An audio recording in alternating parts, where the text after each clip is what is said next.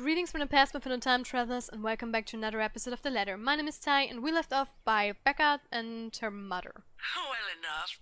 Until your dad sprained his ankle. Oh no, is it bad? I'm alright. In case anyone in this family cares to listen, I'm alright. Very much alive, darling. And there you have it. He'll be up and walking in a few weeks, don't worry. We're going to have to extend our stay here until it heals, though. Is something the matter? Nothing big. Just that this mail arrived for you this morning. A lie. Thankfully she doesn't notice. Although, if I'm going to be honest, a small part of me yearns for her to do so and ask me about it. But I put down that idea almost as soon as it surfaced. Oh, shoot. Cancel. I shouldn't make them fret. They're busy. What does it say? Raise your glasses, give cheers to the good times, blah blah. Becca manners. That isn't how I taught you to read. Sorry, you are cordially... it's an invitation, Mum, for a housewarming party. From, Hannah? The name rings a bell, though at the moment I can't recall when or where I've heard it recently. It must be nothing too important if I didn't bother committing it to memory. There are a lot of Hannahs in the world, so who knows? Hannah. Hannah. She also wrote you a note, Mum. It says you used to be her private tutor at the Evans mansion. Evan. And that Okay. she misses you and would love to see you two again. It makes my heart clench to read another openly say those words to them. The same ones I want to tell them. I want to see you too. It's been years since we have been together as a family, and if there is one thing that hasn't changed from childhood, it's that Mom and Dad are still busy with their respective careers. Out of the country, away on some meeting or symposiums, sometimes for months on the end. It only grew more frequent with the years until I'm old enough to live on my own. I'd like to think that's how I've become independent at such an early age. They have always praised me for that. At times, I wish they didn't. Evans? Oh, I remember now. Honey, it's Hannah. Hannah Evans. Remember? Bright girl, 2 years older than Becca? Didn't she get married a few years ago? 7 now, I think. But they grow up so fast, these kids. Yeah, she invited us to that too. Fonte de Medici. But we missed that one because you had to present your paper in Singapore. We did send her a note after. Still a shame we couldn't attend, though. What is it about this time? She sent another invite for a housewarming party. Becca, when is it? This Friday, Mum. Oh, that's too bad. We'd love to be there, but Da's not in a condition to go walking around. I guess we'd have to decline again. I really miss that girl. I could go in your place. I let it slip without thinking. Personally, I've never been fond of gatherings, regardless of how simple people make it seem. But if there's one thing I hate hearing, that disappointment note in Mom's voice always ranks first. Whether it's direct at me or some other things doesn't matter. Are you sure? Don't you have work this Friday? The event will be in the evening, Mum. It shouldn't take anything away from my schedule. It's all right. The invite's for 2 people. I can bring someone with me so things don't get boring. I see. Maybe you can also invite Ashton? Mum, that's a sure no from him.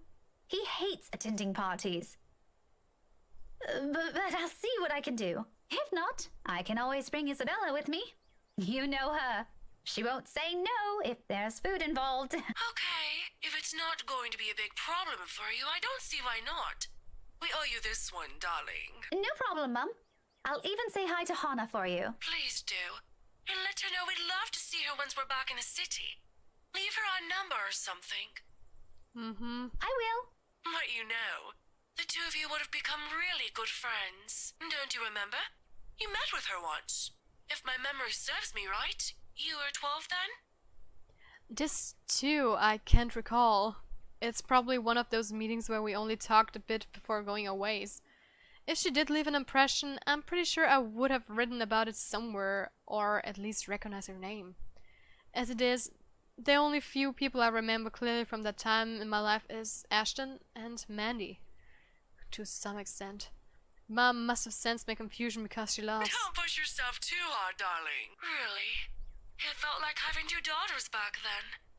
Sometimes I wish they didn't send her away to boarding school. But, well, you know how often that goes with them. Still, try talking to her while you're there. Oh, we'll see. I'll let you know what happens after. I'm looking forward to it, darling. Take care of yourself. Will do. You too, Mum. Bye. Tell Da to be careful next time. She chuckles then. A hearty one, tender and always light on my ears. She may be a stern teacher, but this is the part of her I love the most. The sound of it still echoes even as our call comes to an abrupt end, bringing with it a memory from so many years ago. When life and responsibilities that accompany adulthood are things far from our minds. If given the chance, I'd love to go back to those.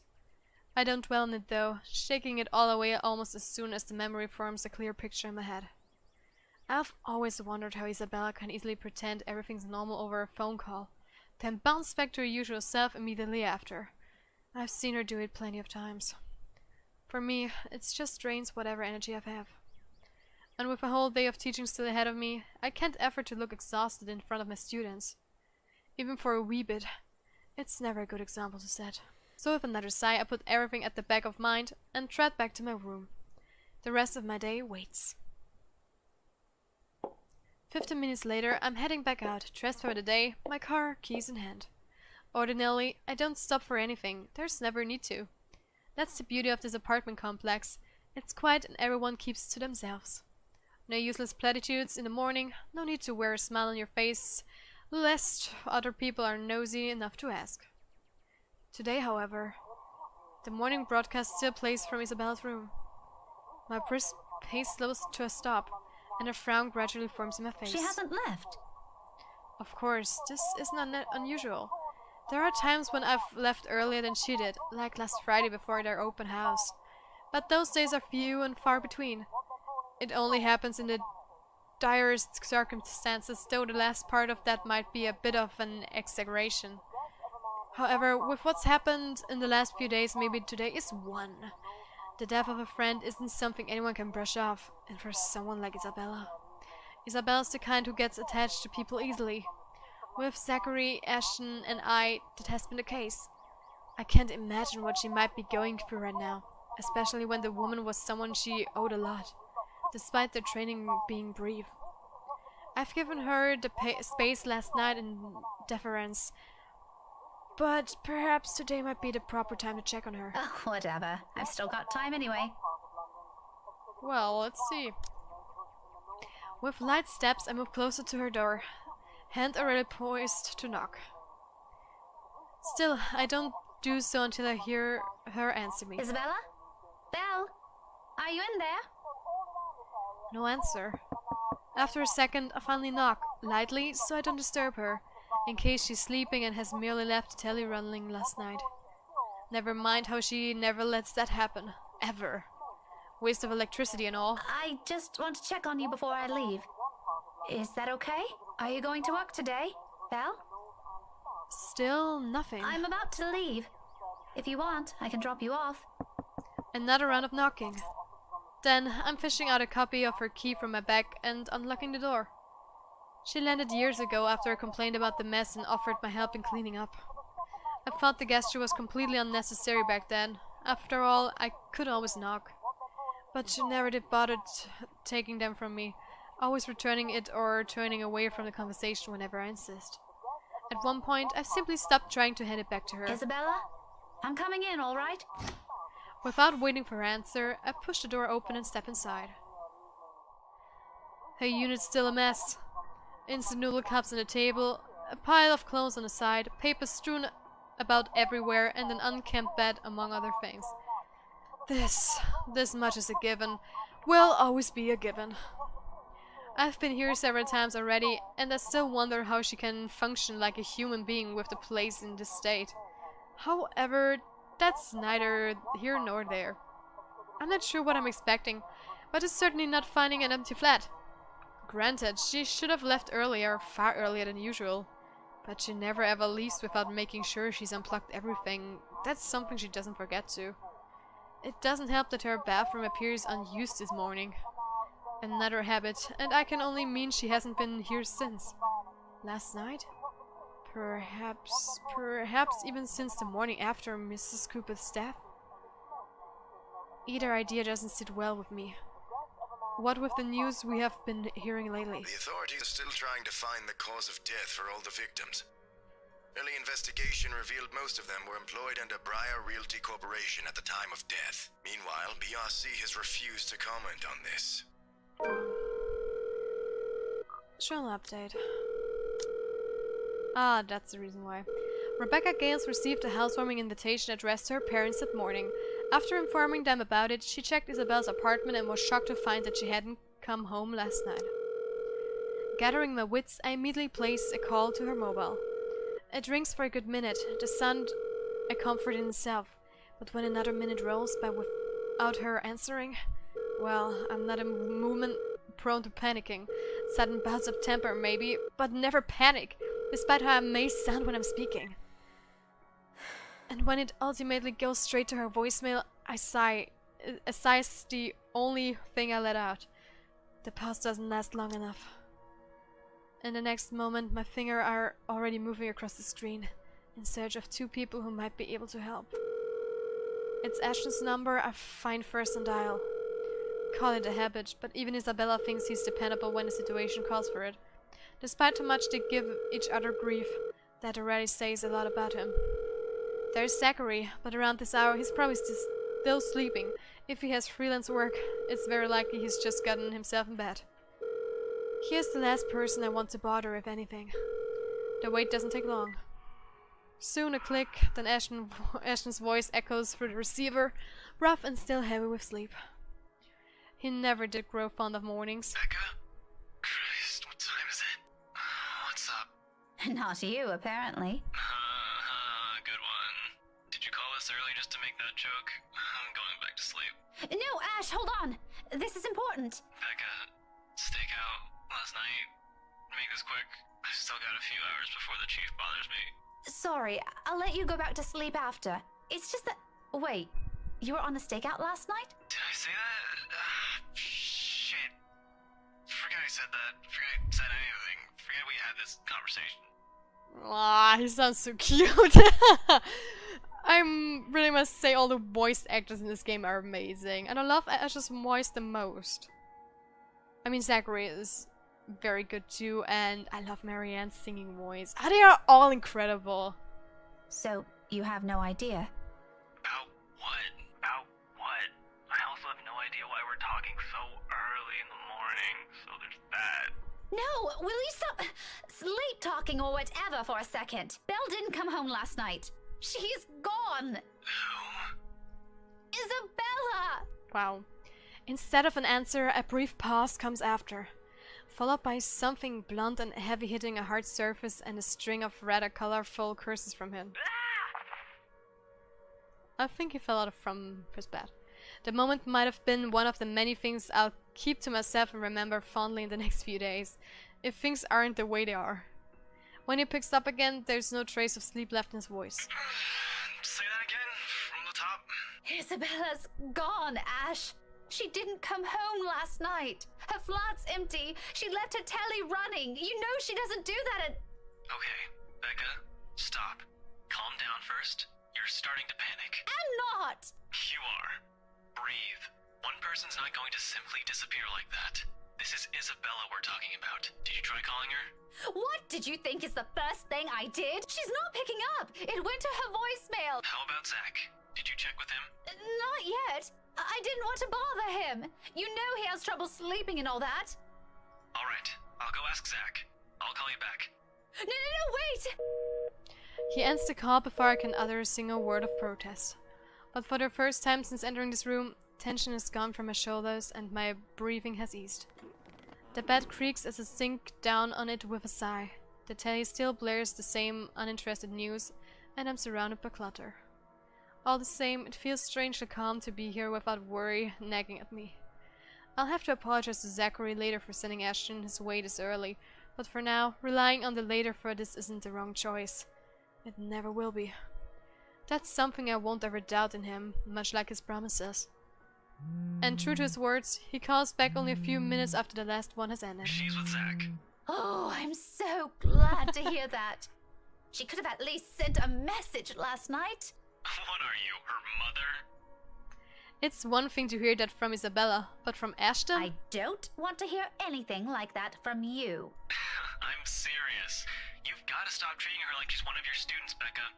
You don't have to keep tabs on her every time. Last I checked, she's only 3 years younger than the two of us. That's almost a decade gap from those kids you're teaching, you know. Says the person who keeps calling her Scaredy Cat. That's not related at all. Anyway, I'll go check how she's doing. Don't stress yourself out. Wait, you? Don't you have a precinct to be at? Whatever happened to not treating her like one of my students? Because if anyone's going to ask me, I think you're doing the same thing. Zach said it's an emergency. Something happened last night. Emergency? He didn't put in those exact same words, but it sounded like it. Ash, what really happened? Is Isabella fine? She's alright. She's safe. Zach let her stay the night after she... Look, okay. Z-Man wasn't clear about it, but let me handle this. I'll check on her. I'll bring her home. It sounds like a lie if I've ever heard one. The sort where he omits things so people won't fret, and I'm not sure whether I should be happy he cares that much to do that. There shouldn't be a need for this between us, is there? We grew up together, didn't we? He knows I'm capable of at least hearing out the truth without it gnawing at me for the rest of the day. He knows me better than that. I know him better than that. Frankly, there is plenty of other things to say about this. But despite and after all the trouble he went through, with how things are moving at the moment, only one thought occurs to me. What should I say? I can handle it. Sorry for the trouble. Sorry for the trouble. Yay! I recognize his concern for what it is. It's not new for him to go out of his way for us, and to be honest, this is what I love about him. As much as I would have loved to take this off his hands, it will only be selfish of me to insist, considering he knows of my other commitments. To do so feels like I'll be trampling on that kindness he seldom offers to anyone. Sorry for putting you up to this. Nah, don't mention it. You've got other things you need to worry about. Take care of those first. This is a small thing. I still owe you one. Oh, I can name a few things you can do about that. You know, there's this ice cream shop that opened near the movie house. I could use. Okay, let's stop right there. That's enough. On second thought, maybe I'll just think about it some other time. Harsh. We both laugh. They sound lighter and more comfortable. Like the old days when a wayward 26-year-old is at the bottom of the list we need to worry about. This is how we find a common ground. We may not agree on a lot of things. We may see things the way the other does, but the give and take is something we have learned to get used to over the years. Whenever it's like this, confidence in him is the least I can offer as thanks. Really? Thanks for this, Ash. I'll let you know what happened afterwards. I promise. I'll call you later. You have a good day. Bye. I admit, the way he puts it isn't comforting enough. He can be blunt like that, so many unknown variables, so many words left unsaid. I wish he'd simply lay them out all in the open, because like this, I'm more inclined to think there's an exaggeration on others' part. If it's from Zachary or Ashton, I don't know. In the end, all I can do is wait, go about my day, and hope for the best. Before leaving, I spare Isabella's room one last glance, disturbingly quiet now without her in it. I'll get answers from her later. For now, my concerns are best left here. The rest of the day slips away in a blur. Despite my best efforts in keeping this morning's events from surfacing in my mind, it sticks. In a way, everything today simply feels like a reminder. Every conversation, regardless of how casual, every topic, no matter how mundane it seems. I blame the news entirely for this. Recent happenings brought quite a few interesting stories to everyone's attention. Mostly superstitious talk of death. And when locals talk about death here, anyone can sure as hell count on someone bringing up that mention Isabella sold not a few weeks ago. Even my own students won't stop yapping about it. I think it's even worse than when it was put back in the market. Now there are more stories.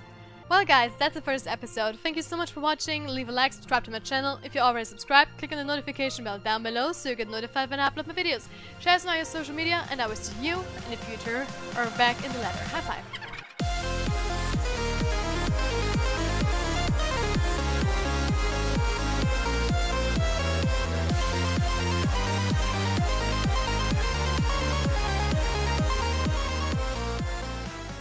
They're at school. That means Kylie's going to show up sooner or later.